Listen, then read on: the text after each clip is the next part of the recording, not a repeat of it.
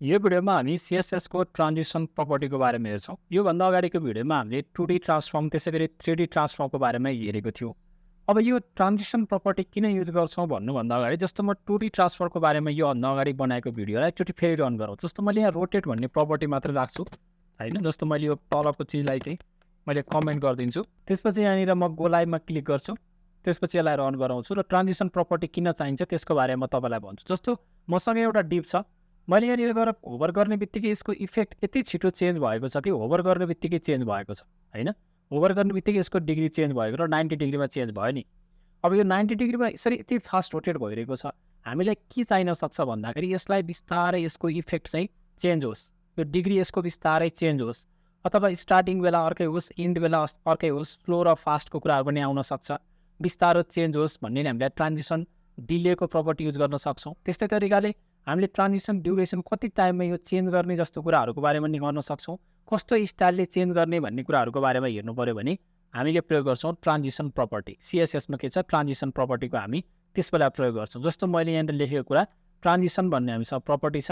त्यस्तै तरिकाले हामीले ट्रान्जिसन डिले भन्ने जुन कुरा छ, ट्रान्जिसन डिलेभित्र चाहिँ हामीले कति समय पछाडि यो इफेक्ट लगाउन सुरु गर्ने त हामीले एप्लाई गरेको होइन। त्यसपछि ट्रान्जिसन ड्युरेसन कति समयसम्ममा त्यो हामीले लगाएको चाहिँ इफेक्ट चाहिँ त्यसको एप्लाई होस् भन्ने चाहन्छौँ, हामी ट्रान्जिसन ड्युरेसन हेर्छौँ। त्यस्तै तरिकाले ट्रान्जिसन प्रपर्टी केमा चाहिँ हाम्रो ट्रान्जिसन लागोस् भन्ने चाहन्छौँ त्यो डिफाइन गर्न सक्छौँ। त्यस्तै तरिकाले ट्रान्जिसन टाइमिङ फङ्सन भनेको हाम्रो इज हुन्छ, इज इन हुन्छ, इज आउट हुन्छ, इज इन आउट हुन्छ।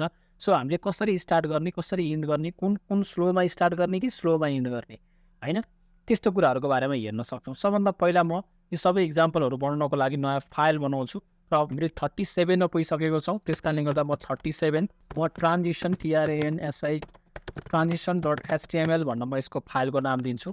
त्यसपछि मेरो फाइल क्रिएट हुँदैछ र फर्स्ट स्टेपमा भनेको मैले बोइलर प्लेट साइज युज गर्छु र डकुमेन्टको ठाउँमा म ट्रान्जिसन लेख्छु, TRANSITION ट्रान्जिसन लेखेँ मैले। ट्रान्जिसन इन CSS भनेर मैले एउटा डकुमेन्टको टाइटल दिएँ। त्यसभन्दा पछाडि मैले स्टाइल ट्याग बनाइहाल्छु, हामी इन्टरनल CSS नै प्रयोग गरौँ। र त्यसपछि बडीभित्र म एउटा डिप बनाउँछु र आइडी मैले माई आइडी भन्ने एउटा लेखेँ। त्यसपछि स्टाइल ट्यागमा गएर चाहिँ मैले फर्स्ट स्टेप भनेको माई आइडी भन्ने आइडी बनाएँ। त्यसपछि यसको हाइट सुरुमै म डिफाइन गरिदिन्छु। त्यसपछि म विड्थ डिफाइन गरिदिन्छु होइन। त्यसपछि म बोर्डर पनि डिफाइन गरिदिन्छु होइन, रेड भनेर लेखेँ। त्यस पछाडि गएर म यसको ब्याकग्राउन्ड कलरलाई पनि डिफाइन गरिदिन्छु, ब्लू भनेर डिफाइन गरिदिएँ। यति गरिसके पछाडि मैले एउटा डिप बनाएको छु, यसलाई म फेरि ओके रन त अघि नै भइसकेको थियो। मैले ब्राउजरमा गएँ र हेर्दाखेरि एउटा मेरो डिप आएको छ। अब यो डिप आइसकेपछि सबभन्दा पहिलो स्टेप्स भनेको हाम्रो जस्तै ट्रान्जिसन प्रपर्टीको बारेमा हेरौँ, केमा ट्रान्जिसन लगाउने हो। जस्तै transition TRANSITION transition TRANSITION transition property भनेर भने जस्तो प्रपर्टी मलाई विड्थमा लगाउन मन लाग्यो होइन। ट्रान्जिसन प्रपर्टी विड्थमा के गर्दाखेरि चाहिँ यो प्रपर्टी देखा परोस् भन्दाखेरि जस्तै मेरो लागि मैले के गर्छु यहाँनिर एउटा स्युडो क्लास पनि बनाउँछु है। माई आइडीलाई जब मैले होभर गर्छु त्यसपछि मैले के गरिदिन्छु, त्यसको विड्थ चाहिँ मैले अघि दिएको विड्थ कति छ यसमा 300 पिक्सल छ, विड्थलाई म 400 पिक्सल बनाइदिन्छु सपोज होइन। मैले यसरी लेखेँ ट्रान्जिसन प्रपर्टी भनेको केमा ट्रान्जिसन लगाउँदैछु र विड्थले चाहिँ के चेन्ज गर्दैछु भन्दा 400। त्यसभन्दा पछाडि जस्तो मैले अहिले टाइमिङको कुरा गरिरहेको छैन, जस्ट मैले यति मात्रै गरेँ। जब म होभर गर्छु यसको विड्थ सिधै बढिरहेको छ। अब म के गर्छु, ट्रान्जिसनको टाइमलाई म कम गर्छु होइन, जस्तो गरी बढाइदिन्छु। जस्तो ट्रान्जिसन टाइमिङको कुरा छ, ट्रान्जिसन ड्युरेसनको कुरा छ, TRANSITION ट्रान्जिसन ड्युरेसन हुन्छ। ड्युरेसन मैले 2 सेकेन्ड राखेँ। अब हेर्नुहोस् है चेन्जेस, मैले जब होभर गर्छु बिस्तारै यो 2 सेकेन्डभित्र यो विड्थ बढेको छ होइन।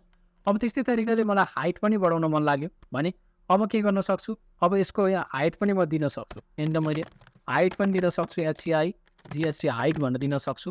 जस्तो हाइट मैले 300 पिक्सल नै बनाइदिन्छु। यति गर्दाखेरि पनि यसले काम गर्छ हेर्नुहोस् है, हाइट पनि बढ्यो नि बिस्तारै 2 सेकेन्डभित्र। र यहाँ तपाईँले ट्रान्जिसन प्रपर्टी डिफाइन नगर्दाखेरि पनि यसले काम गर्छ, विथ कमा हाइट पनि गर्न सक्नुहुन्छ, अथवा यसलाई डिफाइन नगर्दाखेरि पनि यसले डिरेक्टली तलबाट काम गर्न सक्छ है। अब यो थियो ट्रान्जिसन प्रपर्टीको बारेमा। त्यसपछि ट्रान्जिसन ड्युरेसनको बारेमा पनि हेऱ्यौँ।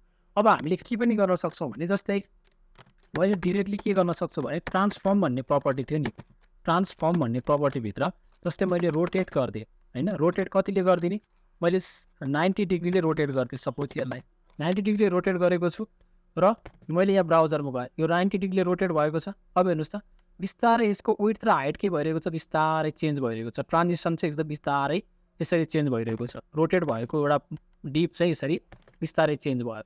अब मलाई के पनि गर्नु पऱ्यो भने ट्रान्जिसन विड्थ र हाइटमा जुन मैले ट्रान्जिसन लगाएको छु यसलाई यस्तो नगरेर मैले जब होभर गर्छु, होभर गरेकै बेला मैले के होस् त, यो डिग्री पनि चेन्ज होस्, यस्तो मैले चाहेँ भने अब हेर्नुहोस्, मैले होभर गरेँ, यसको डिग्री पनि चेन्ज भएको छ एन्ड देन के भयो, यसको विड्थ र हाइट पनि बढेको छ। सो एकैचोटि होभर गर्दाखेरि डिग्री चेन्ज गरेर भनेको चाहिँ ट्रान्सफर्म प्रपर्टी युज गरेर मैले ड्युरेसन पनि चेन्ज गर्न सक्छु। अब अर्को भनेको हामीसँग के छ भने ट्रान्जिसन टाइमिङ फङ्सनको कुरा छ। TRNFATION ट्रान्जिसन टाइमिङ फङ्सनको कुरा छ। अब मैले इज लेख्न सक्छु। इज लेख्यो भने के हुन्छ, बिस्तारै स्लो हुन्छ, बिचमा फास्ट हुन्छ, त्यसपछि लास्टमा फेरि बिस्तारै इन्ड भएर जान्छ।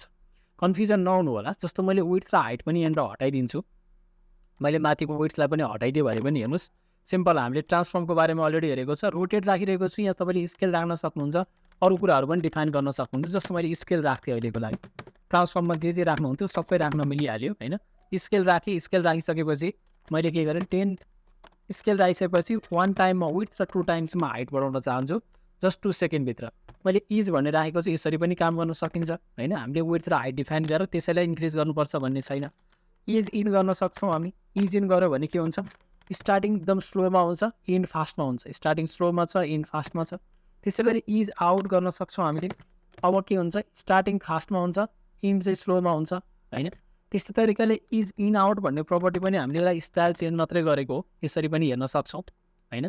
स्लो इन स्लो आउट भयो, स्लो स्टार्ट स्लो इन्ड भयो होइन। यसरी हामीले transition timing function, transition duration, त्यसपछि ट्रान्जिसन डिले पनि गर्न सक्छौँ हामीले। जस्तै TRANSI ट्रान्जिसन डिले गर्न सक्छौँ। डिले भनेको अब कति समयपछि स्टार्ट गर्ने भने जस्तै 2 सेकेन्डपछि मात्रै इफेक्ट लाउन सुरु गर्ने भयो भने होभर गरेँ मैले, अब 2 सेकेन्डपछि मात्रै यसको इफेक्ट यसरी स्टार्टिङ हुन्छ। सो यसरी पनि हेर्न सक्छौँ। Transition delay, transition timing function, starting end कसरी गर्ने, त्यसपछि ट्रान्जिसन ड्युरेसन, त्यसपछि ट्रान्सफर्म भनेको त अलरेडी हेरिसकेको कुरा भइहाल्यो।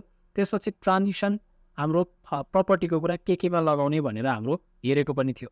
सो यसरी चाहिँ हामीले डिफ्रेन्ट एउटा ट्रान्जिसन प्रपर्टीको बारेमा, ट्रान्सफर्म प्रपर्टीको बारेमा हेऱ्यौँ होइन। Transition delay, transition time function, transition duration, transition प्रपर्टीको बारेमा पनि हामीले डिफ्रेन्ट फङ्सनहरू हेऱ्यौँ। केही कन्फ्युजन छ भने कमेन्ट सेक्सनमा कमेन्ट राख्नु होला। धन्यवाद।